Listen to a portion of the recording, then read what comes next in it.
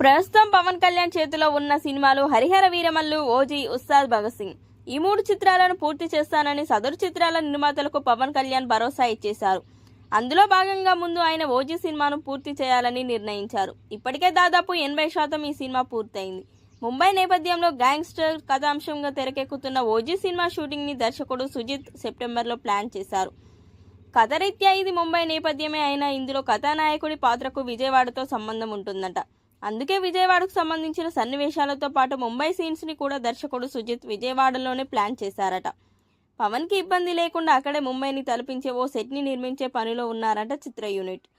విజయవాడకు సంబంధించిన సన్నివేశాలను అవుట్డోర్లో చిత్రీకరించి ముంబై సీన్స్ ని సెట్లో పూర్తి చేస్తారట. ఈ సినిమా కోసం వారానికి 2 రోజులు మాత్రమే పవన్ కళ్యాణ్ డేట్స్ కేటాయించినట్టు తెలుస్తుంది.